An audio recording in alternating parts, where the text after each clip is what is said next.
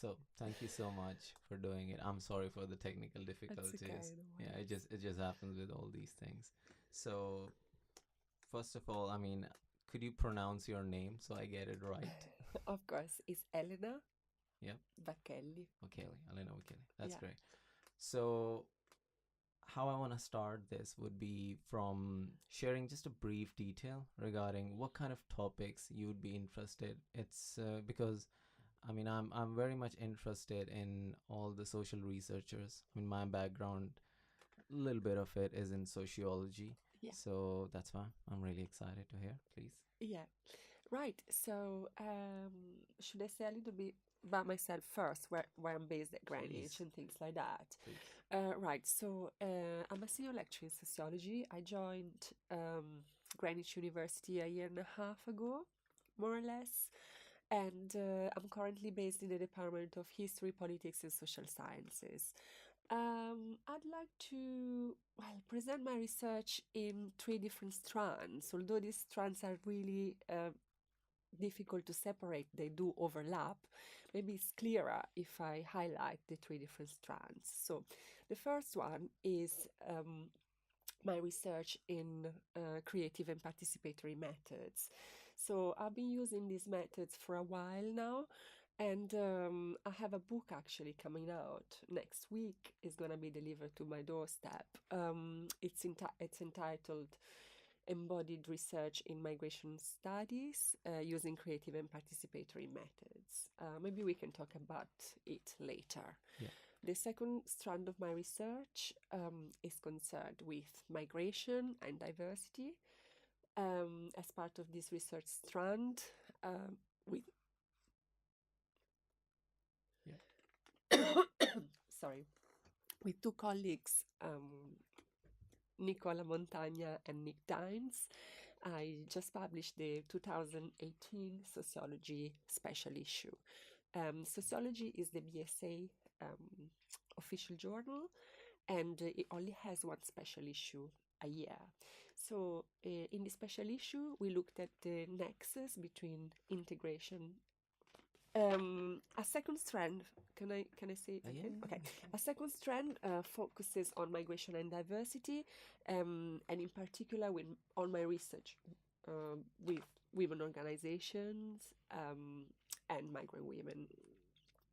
So, as part of this trend, I recently co-edited a special issue for the journal Sociology. So, Sociology is the official BSA, British Sociological Association journal, on migration and the crisis in Europe. This special issue looks at the nexus between migration um, and the crisis, and really problematizes the concept of crisis and how crisis and crisis narratives have become a way to really interpret a lot of social phenomena and to trigger the kind of responses that are given at a policy level, Yep. also on the ground. So, I mean, so there are two, three topics here.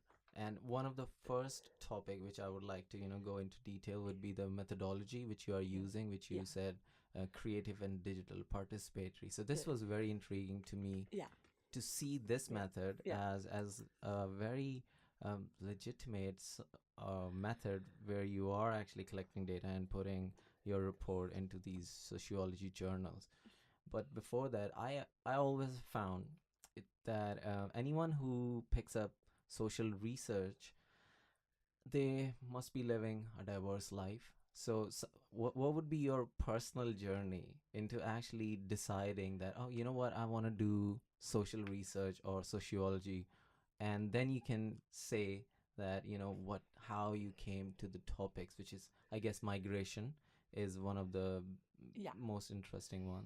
Exactly. Yeah, I didn't talk about the third strand, which was the one on the gendered right to the Okay. city and the way in which, the right to the city can be interpreted in a gender perspective. But I think it's interesting because it now connects to the question that you're asking, because I think this is exactly where my journey Mm. starts. And this was actually the topic of my PhD.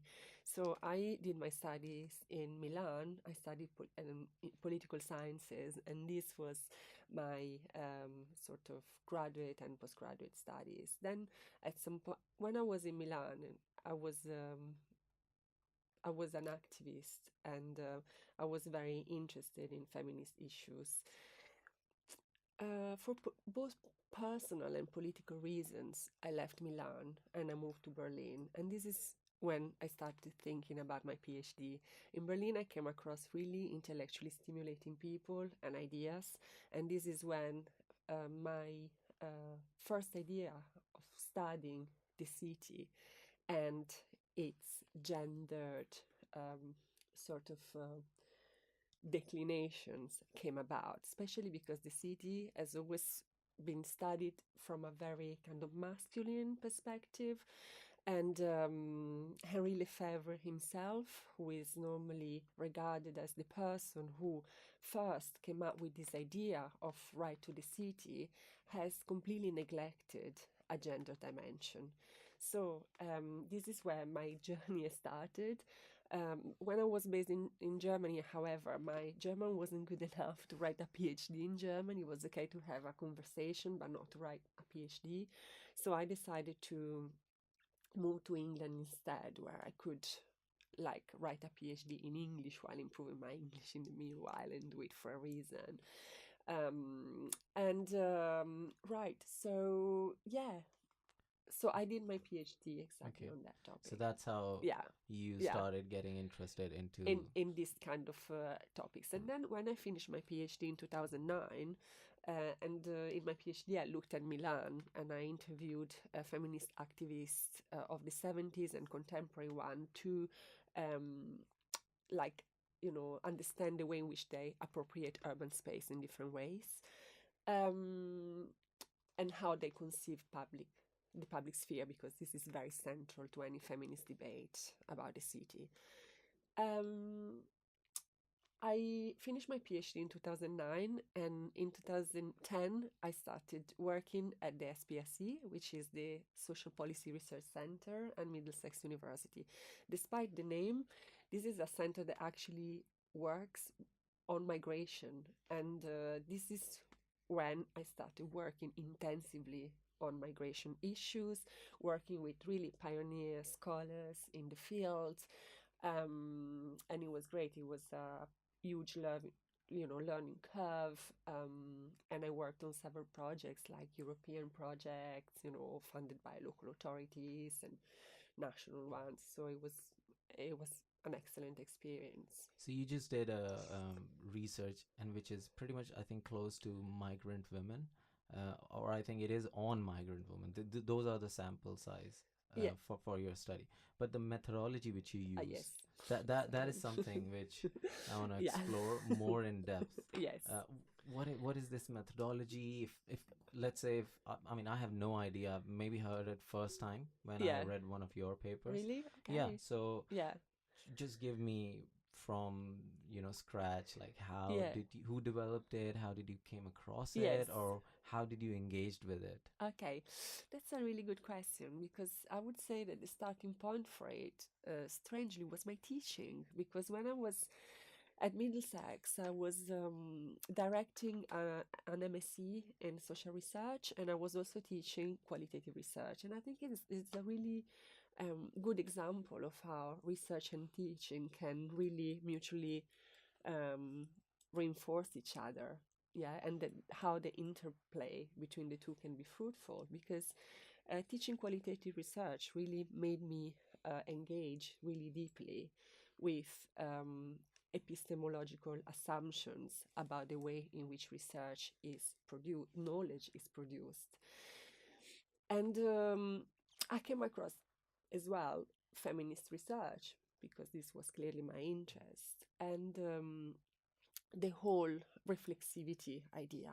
So the whole acknowledgement that when we actually produce data, we have to also take into account the extent to which our positionalities as researchers, so our gender, our age, our social class, our ethnicity, plays a role in producing this data. So research is not objective. We have to interrogate the social locations from which research is produced. And so I think this was really the drive for me to then expand and work with.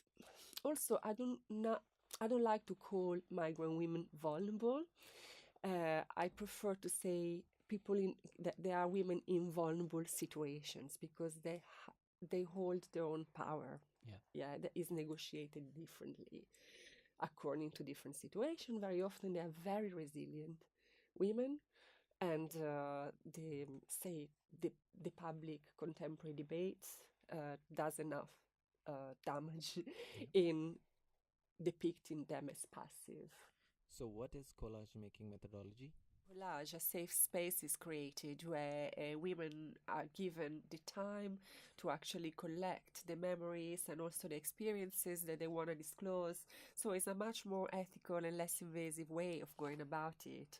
And after that, I asked, and they do it in group, which is also quite pleasant. And then after that, for them, you know, and then I ask them what they've done one to one, and I record their voices when they describe their individual collages, and then I write about the narrative. So I use the narratives in juxtaposition with the actually, you know, what they've done with the actual collage, and that worked really well. So So, you are talking about generating knowledge and actually questioning certain methods which are already very popular. Is that one of the aspects of this? yes, in my work, especially, this is conceptualized quite a lot from a theoretical perspective in my book, but also in the article on collage that you read. I use this concept of embodiment, and embodiment is really about acknowledging that the body is both material and is discursive, and that the body tends to reproduce discursive regimes in ways that we don't always control really consciously. Okay, so an embodiment is also about acknowledging that the body and the mind are not separate, they are one. And Western epistemology has tended to really separate the two, privileging the logos and reason um, that has been traditionally identified with men and the masculine, as opposed to nature and the body and the feminine. Okay, so this is too, like, this is Yeah. amazing. This is a little bit. Okay, so let me ask you for more Yeah. clarification. So, Yeah. so I'm gonna maybe ask you questions from my point of view, and Sure. then you can be like, oh no, this is completely wrong, Okay. and or maybe, oh no, what about this side? Right. So I mean, I'm what is exciting in what you just said is that you are actually questioning the blueprint of most of the research which has been done on these kind of topic, where we actually generate knowledge and that ultimately goes to build policy. But what you are offering is something um, more compassionate towards the people who we are researching, Yeah. and then trying to encompass uh, holistic values which also include that what is going on with the body, and rather than just thinking about hard memory driven truths. Is this something which you just talked about? I think your question about policies and what inform policies is really interesting because funders, even when you apply for research, tend to really privilege hard data and quantitative data.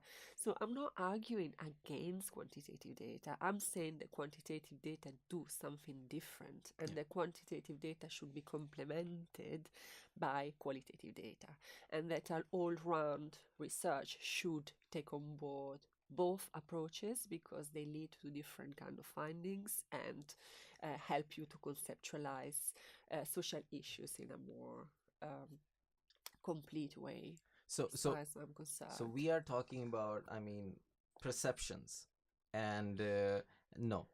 Uh, it's not really perceptions, is that if you think about qualitative data uses personal experience, draws on people's personal experiences, because this is all you can ask when in the context of a focus group, in the context of a structured interview or semi-structured interview. Um, so people's experiences are really at the core of what qualitative research is. But that doesn't mean that this is wishy-washy and that you don't have to go about it in a very rigorous way. Because when you problematize quantitative research is also based on people's experiences, the experiences of people who respond to a survey or the experiences of people who design the survey. So I mean, this is so I think you're trying to encompass like a whole emotional range also of a participant who is actually participating in this research. So encompassing emotional and their stories with both of these ideas would actually maybe bring out a more honest experience which we are Yeah. trying to get out of them. Is this something? Yeah, it is honest experiences, but the final aim is not to get to an absolute truth. So it's about how people make sense of their own experiences. Yeah. So I mean, of course, I mean it makes sense. Pretty Yeah, much, it's yeah, it's about we have a sense of subject. So of yeah, course, we are yeah, thinking inside of us. yeah, And why would you ignore that? First of all, this is very important, which you yeah, are right that it yeah, has been ignored many times. yeah, And it's easy, I think, in sciences, the hard sciences, to maybe just be objective or have a perception of being objective. Even yeah, now, they are realizing that, oh no, we can't even be objective. Even if you put a light on, it just changes. So yeah, the critical social psychology is working a lot with these concepts and concept of self. yeah, So if you have a body which have a self, and that is how the interaction with the world is coming out to encompass body and the sense of self, I think would make way much more sense if we are trying to uh, get to some of the again, I don't mean truth, yeah, not to the truths, because yeah, we don't know what the truth yeah. is, but closer to what the experience of a person we are studying Yes. is. So you Yes, it's about welcoming this experience and representing this experience in an ethical way that takes on board people's emotions, as you said before, as well. And so yeah, so you talked about body and mind. yeah. I mean, what do you mean by that? How do you define that, and how did you Oh. include? It's okay. It's Whoa. yeah. Right. When I talked about body and mind, I suppose I was referring to the kind of paradigm that has shaped Western production of knowledge. And I was referring to Descartes, who has said, I think, therefore I am. And by doing that, he has separated the mind from the body. There have been philosophers who have tried to overcome the separation. For instance, Spinoza has been amazing in arguing for monism and bringing them together. And then there was this other French philosopher called Merleau-Ponty, who has really been critical of the way in which knowledge is produced in the social sciences and the positivist paradigm that really cuts the body out in so many ways and privileges more numerical, quantitative ways of producing knowledge. Then feminists and feminist scholars, philosophers have come in exactly there and have added to Merleau-Ponty's understanding and formulation of phenomenology. So I don't want to go too deep into the philosophy of this, but what feminist scholars have done, they have thought about knowledge production in a way that is not necessarily as Eurocentric, is more contextualized, and where people are given a social location. So the gender is important, class is important, ethnicity is important, age is important, and all this. So I mean, it's more about maybe blurring the boundaries which has been artificially created to understand certain topics, and then they just got stuck. And that's what we are Mm. doing most of the time. And so now I think, as all of us are evolving our subjective experience, Yeah.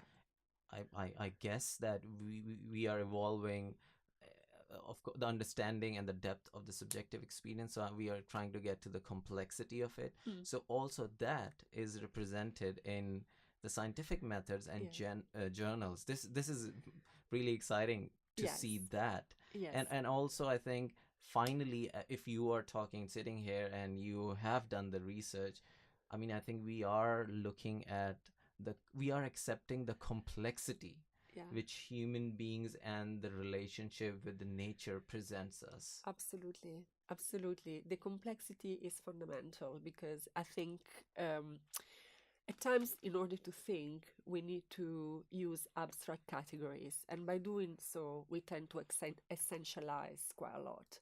So, going back to the context, the socio historical, political context, but also the context of a person's individual experiences is very important as well. So, Yeah, I'll share one example to make it yeah, even more, yeah, clearer, and maybe bring it to more general point. yeah, I think in what you were talked about, the gendered yeah, approach, and how certain methodologies yeah. has been, categorized. And of course, there's no uh, surprise that most of the fields in sciences and social sciences is dominated by most of the males, and no matter what the cause is. But I think some of these methods, I think, get stuck with this rationalized approach which you were talking about, Mm, only talking about that what is the data coming out of the person we are talking to through mm, their memory, and we can just objectively analyze it and then write a report. I think one of the very clear examples is in evolutionary biology, where they were trying to look at apes. I can't. Please don't. I mean, I don't know the exact details. This is just, anyone who wants to look, you can Google it. So they didn't understand the behavior of the female apes or monkeys, whatever they were researching. But uh, and then the female scientists and evolutionary biologists were not in the field, and for decades they just keep on missing certain aspects to actually find out, because they were categorizing certain female behaviors as like, oh, it's just some, behavior which they do, it doesn't matter. mm. And the moment some female biologist came and was like, oh no, I know what it is. This is about this cycle which they are going through. And so they were not looking at all from that perspective. And it actually one of the reasons, like one of the very clear examples, that bringing in a different kind of approach to a situation can lead to a completely new breakthrough. So I mean, this looks like, I mean, it looks like a very compassionate approach and more holistic. And I don't want, I mean, you are saying it's a feminist approach, but Yeah. it looks like an amazing approach. I don't want to give it to only a feminist name. I Yeah. want to be part of it. You can. Here Be I my am, yeah. guest. So is this, I mean, this looks like an approach which seems like brings in more emotional perception and range of emotions. Let's I not think, use yeah, perception. emotion is certainly one aspect of it. There is also the social construction as well, because I think in the example that you made earlier about, the apes, I think there is an element also of social construction. So the extent to which people also uh, as the understanding is very often a social construction. Something else that, because, not everything is limited to gender. And if you think about the fact that identity politics in the 70s, the way that they were actually initially articulated and understood, they functioned on, you know, the separation of different siluses. So you had like, yeah, the feminists arguing, yeah, women, we want to be recognized. Then you had LGBT groups say we are, non-heterosexual. We want to be recognized for that. You had black people saying, hey, where are, especially in America, where are African American voices? And then you had the students and the workers movement saying, what about social class? Yeah. So it was a moment where all these kind of movements and politics were structured around individual identities. Now, um, things are changing. So now, for instance, intersectionality and the new paradigm, which is really dominant in sociology of intersectionality, helps to understand the extent to which these identities cannot be understood in isolation. They have to be understood in combination with each other. Okay, so I mean, a path towards more holistic Mm, approach and methods mm, and generating knowledge mm. regarding, rather than dividing each and everything and then looking just at one aspect of it. And I think this is why cross-cultural studies have been done these days a lot, and even the institutions which are being built upon this idea that you cannot just look at one thing from one aspect and just determine, Yeah, yeah, what would that, oh yeah, that's exactly what we are looking at. So absolutely. what did you find in one of the what were the stories, if you want to share, of those migrant women you found, or do you want to share something, what kind of results came out of that?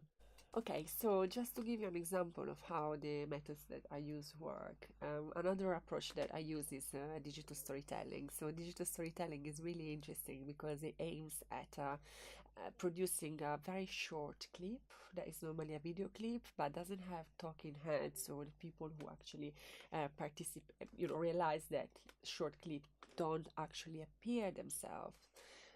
Their voice does. And so it's a method which is really centered on voice, and these films are realized through a couple of days workshops where participants are elicited, or participant stories are triggered through certain activities until a story is created.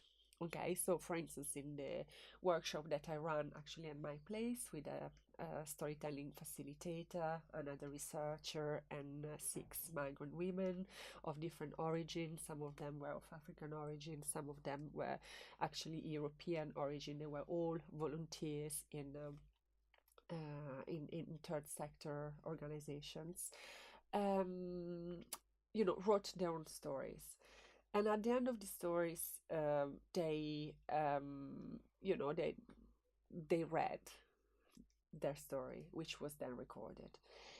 By looking at the stories, you can see how, for instance, one Mexican woman came to the UK as for marriage migration. So she met somebody who she British who she fell in love with, and she came to the UK.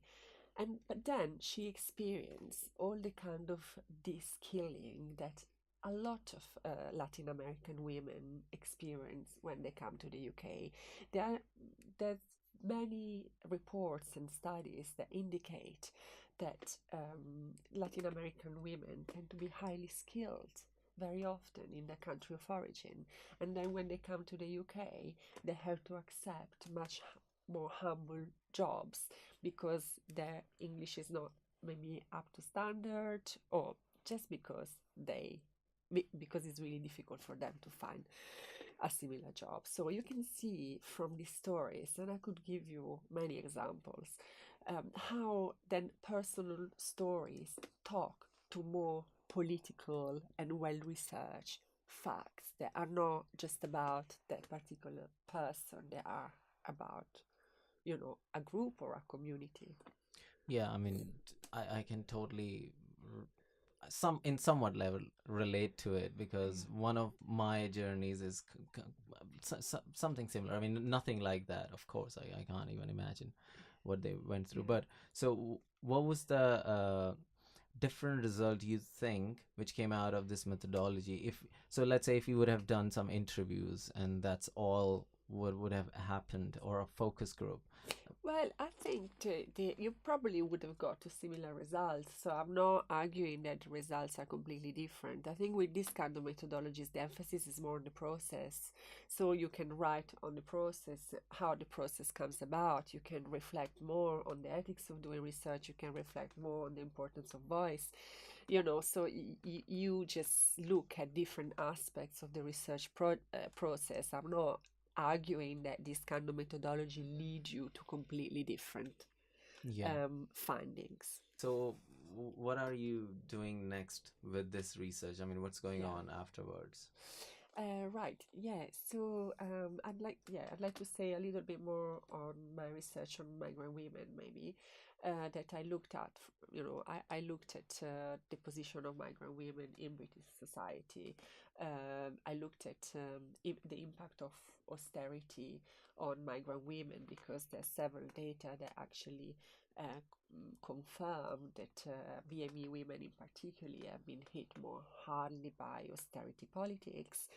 And more recently, I wrote an article on Discover Society on family migration and the increasing focus on migrant women when it comes to integration policies. Yeah.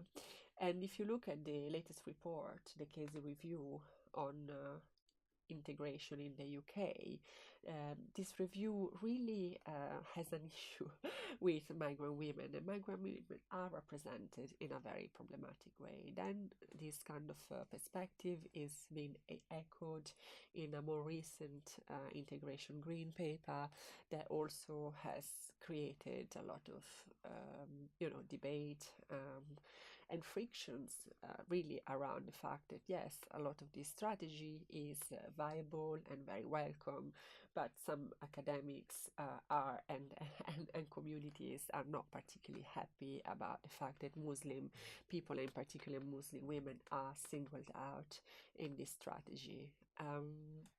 So Yeah, what is what how come the like migrant women or certain particular religion yeah. is being singled out? Well, it is being singled out because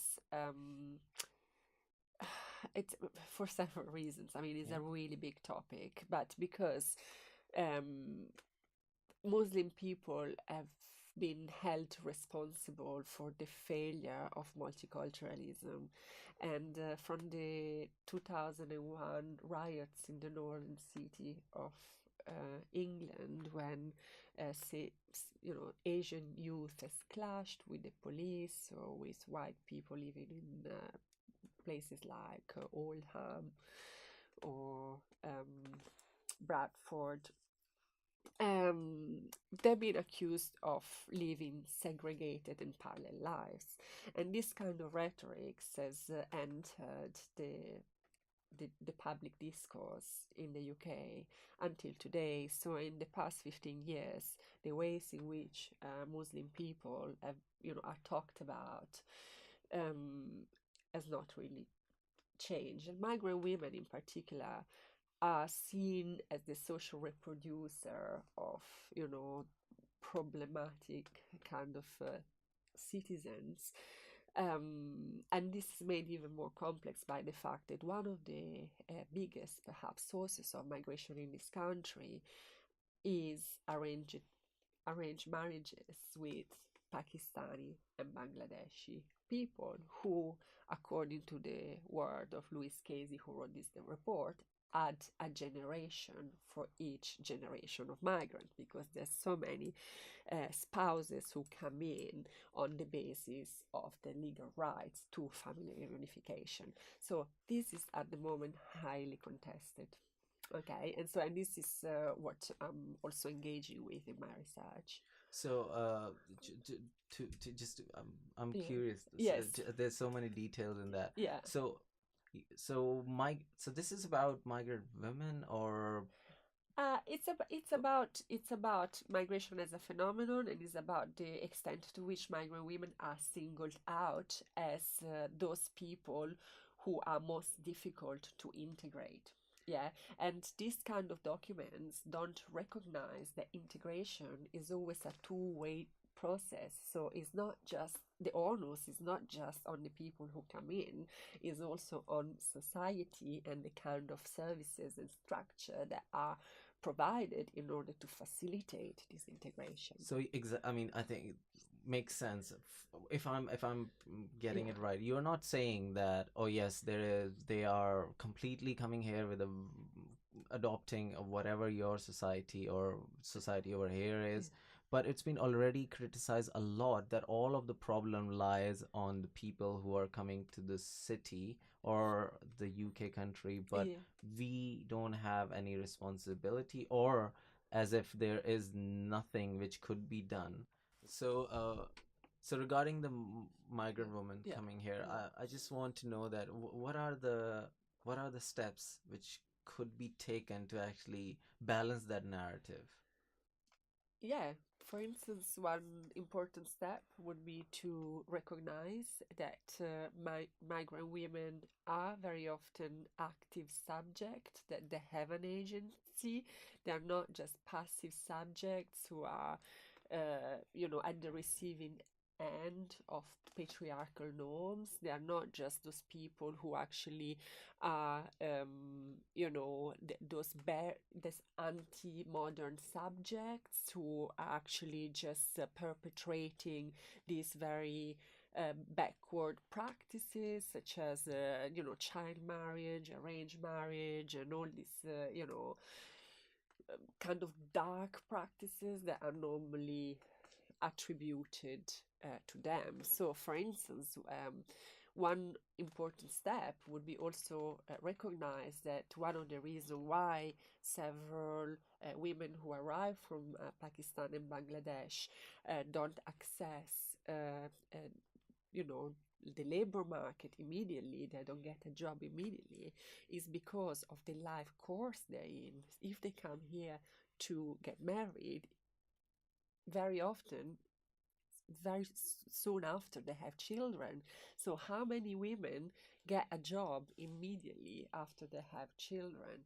Then, another very controversial accusation that is being made to migrant women is their inability to communicate in English. Um, this is also a very contentious issue because several ESOL provision has been cut, but now there has been a big allocation of money to help migrant women to learn English. So something is being done there in recent times.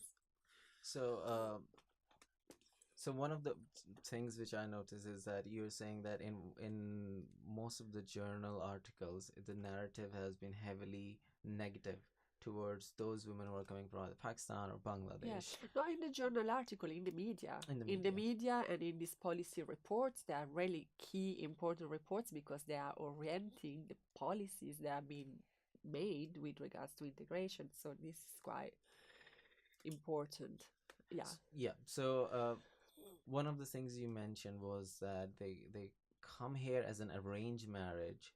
I Yeah. mean, could you explain more that what you meant by that, or how does the process of this migration start, or are there different stories or regarding? I think well, there are different stories for sure, and I haven't explored this particular. I mean, I haven't spoken with specifically with Bangladeshi and Pakistani women, so I cannot really draw on their specific stories, except in the latest project that I've been doing on polygamy, where we ran 3 workshops using creative and participatory methods.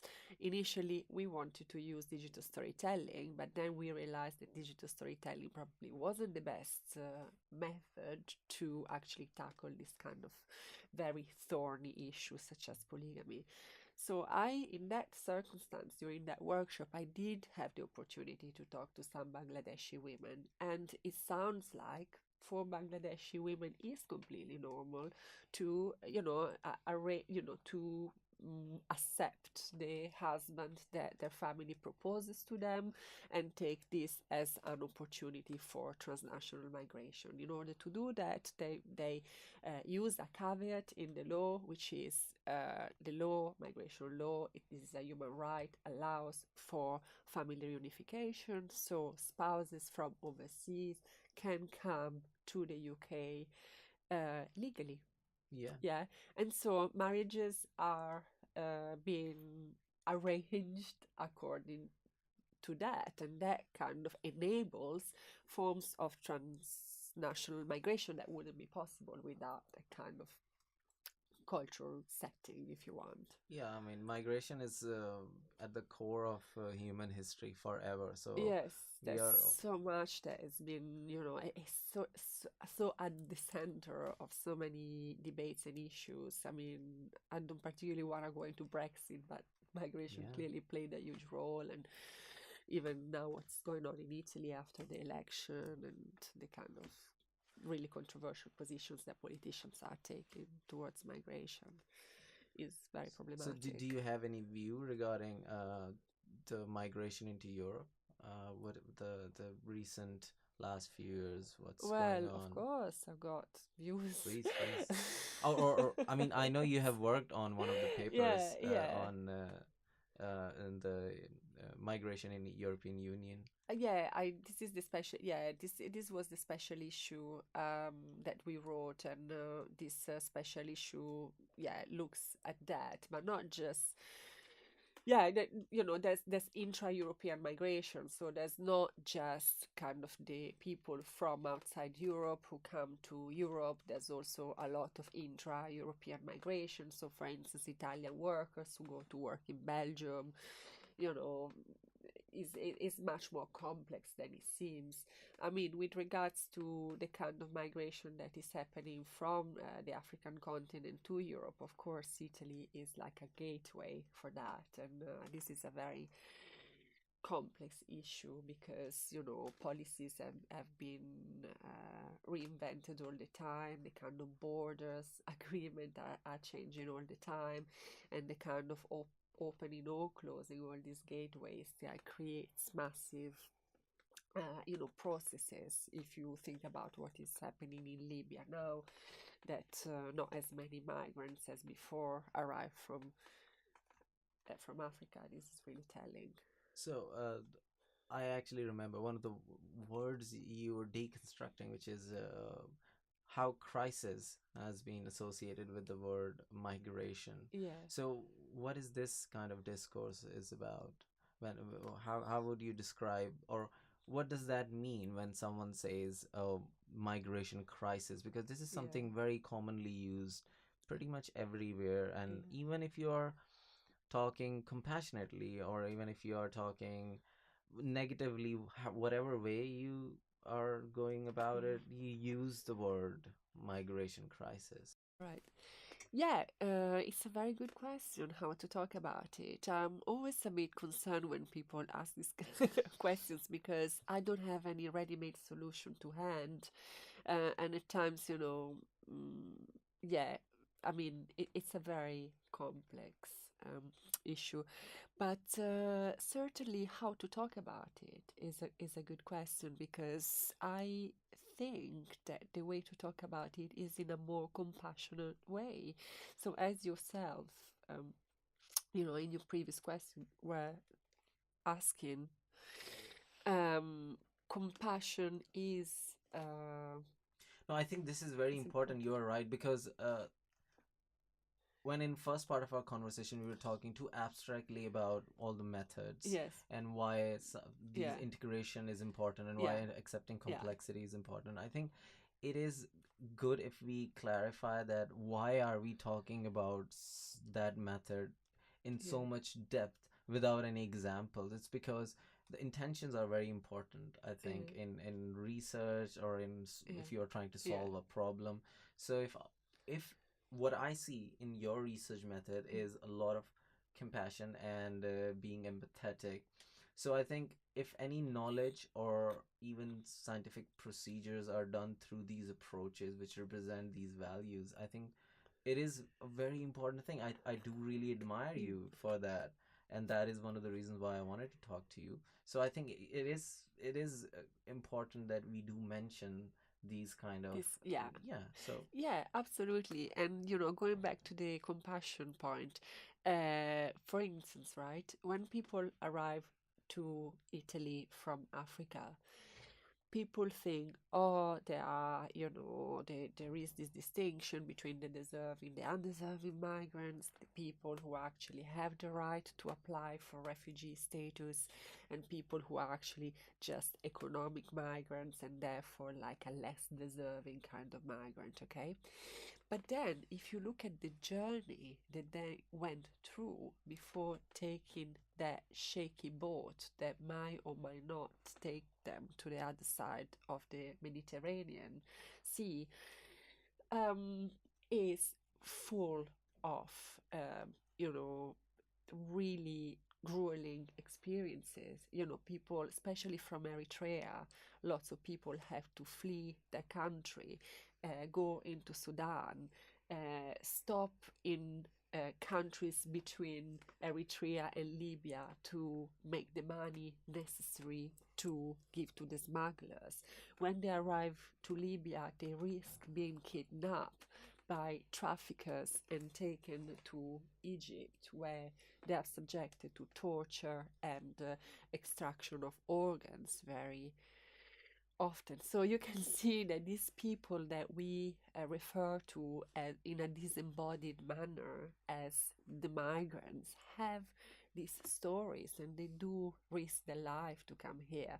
So they don't risk their life just to give it a try and see how a different life would look like. They do it because they have really, serious reasons to do that. yeah, there's no other choice. I mean, Absolutely. there is either death Absolutely. or Yeah. just constant torture, and Yeah. that is Yeah. one of the big reasons. I mean, this is Yeah. very fascinating Yeah. that most of the people who come, so I'm not even talking about that who is deserving and who is not, and but it is fascinating that people who come through these difficult experiences, we would call them as undeserving, while not realizing that why would, as just as a human nature, why would someone bring their family and the kids through this horrendous method which we would not even think of actually just adopting in any way, even for fun, even for Yeah. dreams,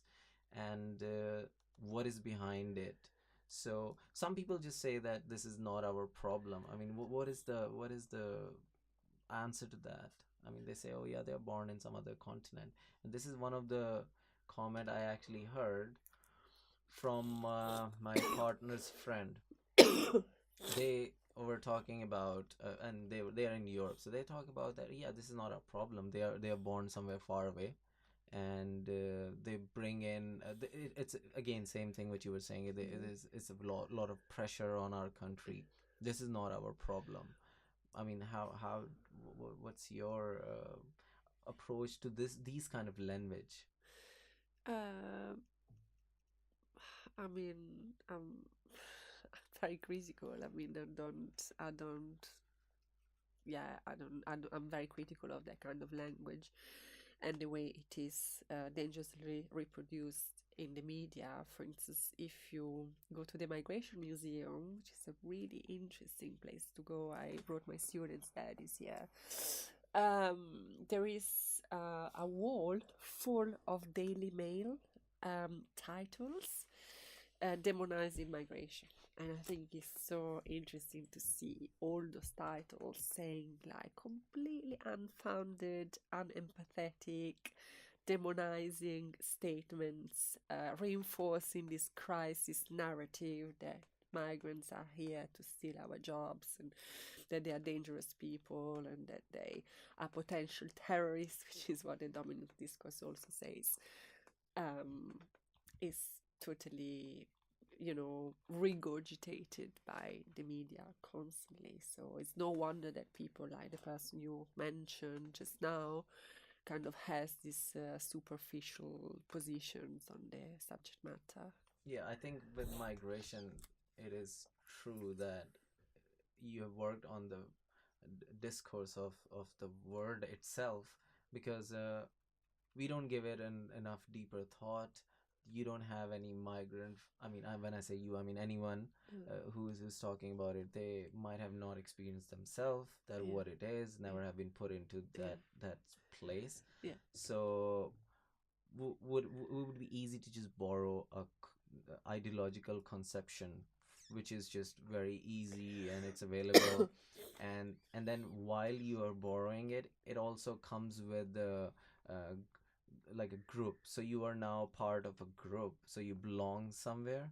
And so these all pitfalls, I think, are there, and it is very important to actually deconstruct and maybe ask people to think about what okay, if you think there are challenges and there are problems, you think from yourself, rather than having hate or a split.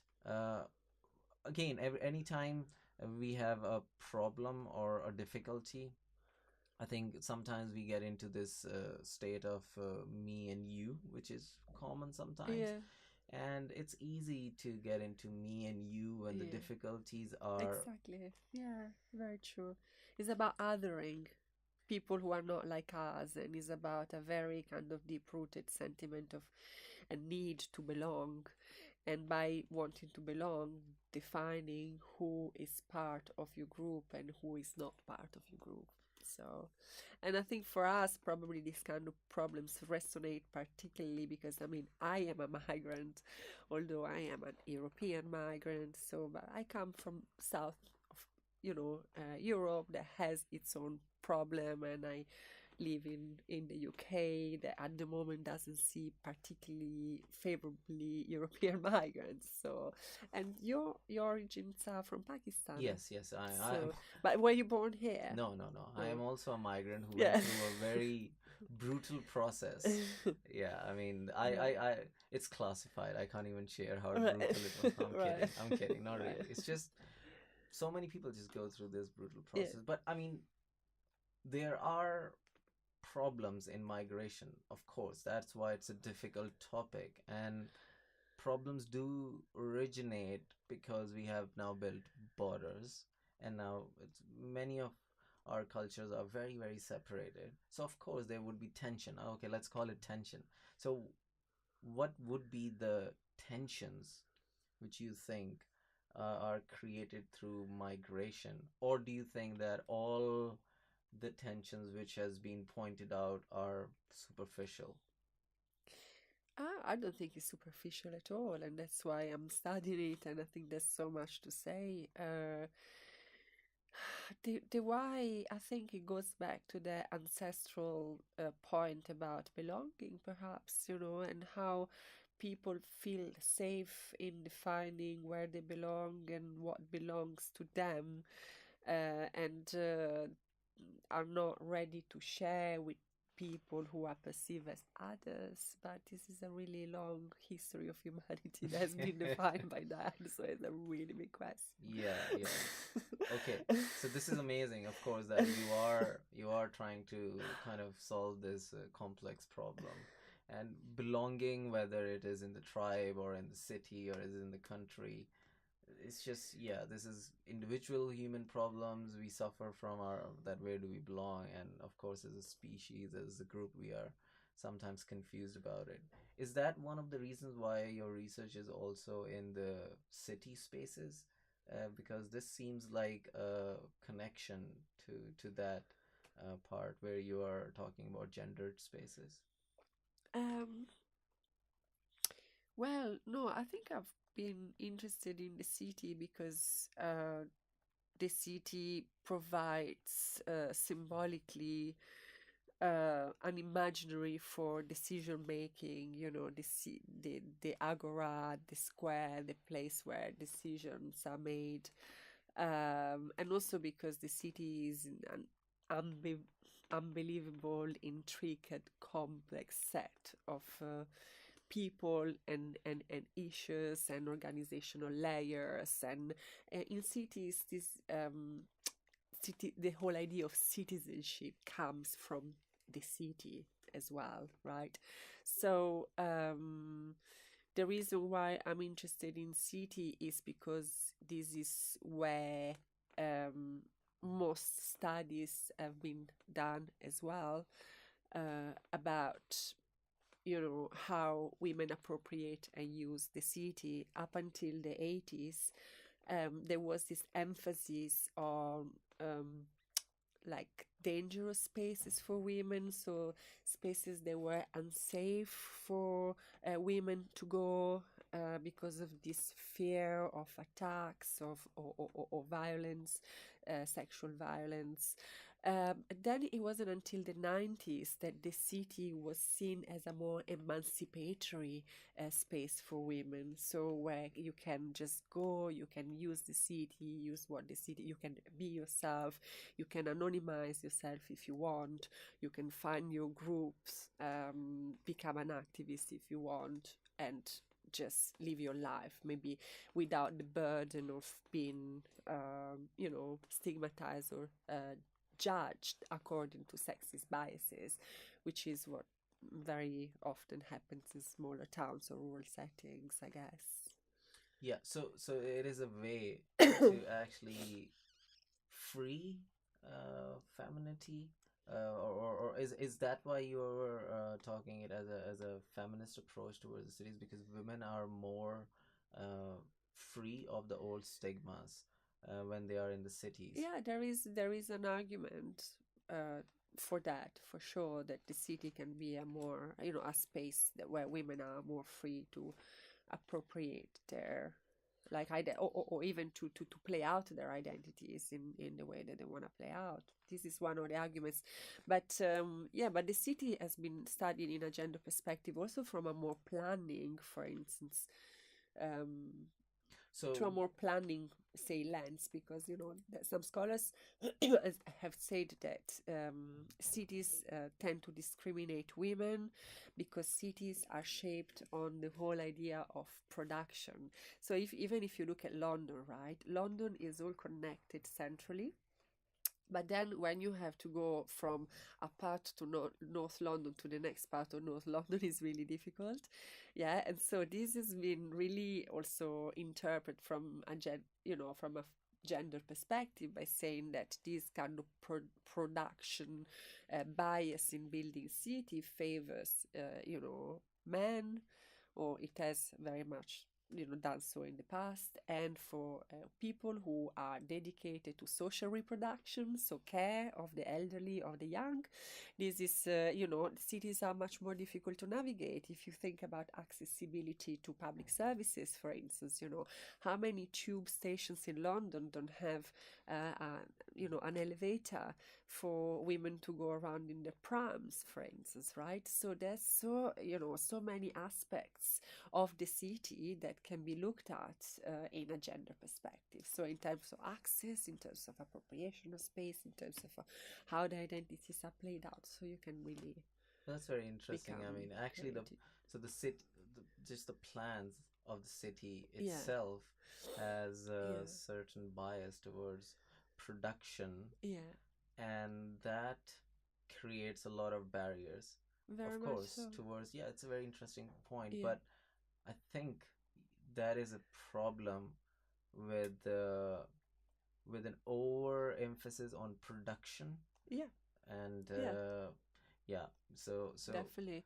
And also, with regards to city, is also how are now the city planned to favor consumption spaces at the expenses of public spaces, such as squares. If you compare, for instance, European cities with, American or British cities, European cities have squares, have public spaces where people can hang around and meet each other and go there with the children or relax and read. How many spaces like that, outdoor spaces such as square, we have in London?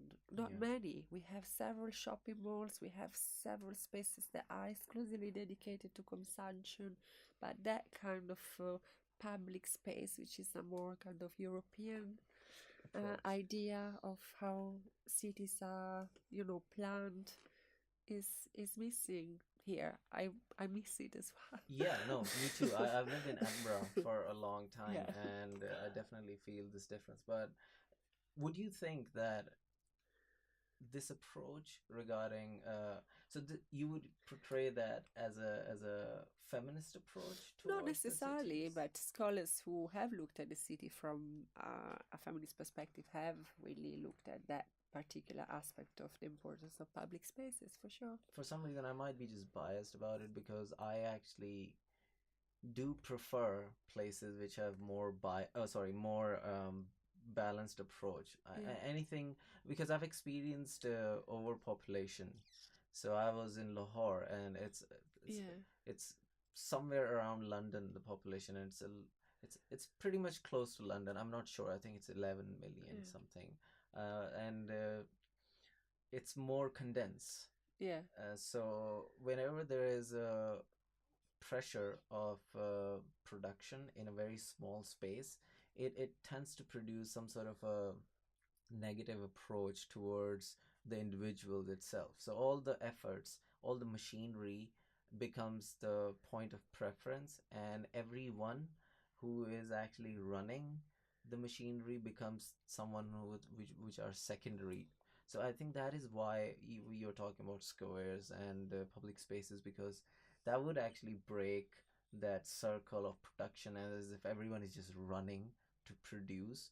So I completely agree with you, but um, one of the biggest problem with our markets is that incentives only come to those people at this point. That's how the system, I think, has been built. Who would work more or who would earn more money. I mean, I'm not saying that would make them happy, but that is where the incentives are written about. So it would be good to so you're not discussing that. Oh yeah, I'm like how would Well, in a city like London, that's quite evident what you're saying. For instance, last year, a couple of years ago, I went with my students to visit the O2 Arena to do a sort of urban ethnography of the O2 Arena and observing really the space of the O2 Arena, the kind of advertisement, how much the space of the arena is securitized with guards there, and cameras everywhere. And the fact that even the benches in the O2 Arena are made in a way that they have like separation kind of bars to avoid that homeless people actually use those benches to lie down and sleep in there. So I think it really makes you question how can we plan, design, have more hospitable, convivial um, city able to welcome and incorporate the other, not just those individuals that you were talking about who have been able to be super productive and yeah. So integrated. yeah, I mean, Yeah, this is my hope yeah, with the future sci-fi yeah. kind of cities which are integrated with our more natural desires somehow, some sort of those markers which we are missing, which we don't feel in these kind of very artificial spaces. And most of the people don't have opportunities to actually get out of the cities to escape that cycle, and that actually creates even more hunger maybe towards creating more of that process, and that might just satisfy us. And it would be very interesting to see a research like that and maybe break the cycle which we are kind of stuck in. Sometimes I'm very aware of it, and I try not to be get into it, but it's just so hard. It's impossible. You find out about 1 month that, oh, I was just living in that city, in that space, and yeah. So all this research, what are you hoping generally, or what are you working on next, maybe individually, whatever you prefer Okay, to. sure. I can tell you my future research, projects, hopes, trajectories. Yeah. So basically, at the moment, I'm writing up a report on the polygamy project that I um, that I mentioned before, I actually received some funding from the faculty to create an impact for the REF for that project. So, as part of that, I'm organizing a community event in a housing estate in Finsbury Park where I will launch this report, and all the participants, all the migrant women who came to share the stories during the workshop will be invited, but we decided to frame it more like a celebration rather than a conference. So we'll have the research launch, and then we'll have pictures, music, food, and so this is something that's going to happen quite soon in early July. And then again in early July, I'm organizing an event for the Applied Sociology Research Group. And as part of this event, there will be opportunities to network and to really reflect on methodological imaginations, which is the title of the event, where people are invited to share their research practices and how they are creative in their research work, what their epistemologies are, how they co-produce knowledge, how they work with communities. So these are the immediate, kind of events that I'm working on and that I'm organizing now. And then I have a set of conferences I'm attending in the summer, and I'd like to soon have the opportunity to spend more time and more resources on the polygamy project. So ideally, I'd like to set up a bigger project and work on it more systematically. So, So, and I'm excited to be at Greenwich because I think it's a great place to be. And in particular, my sociology team is great, really supportive, and I have a lot of continuity with my colleagues' work. So I'm really lucky. I mean, I'm thrilled that someone is working on finding out new ways and more holistic ways to generate knowledge and to look at it. What would be the better way to do it? And inviting everyone else and integrating all of that. So, thanks a lot for doing it. Oh, thank you for talking to me and for having me. If there anything else, would you like to mention? No, Brilliant. Thank you so much. Thanks a lot, thank Elena. you.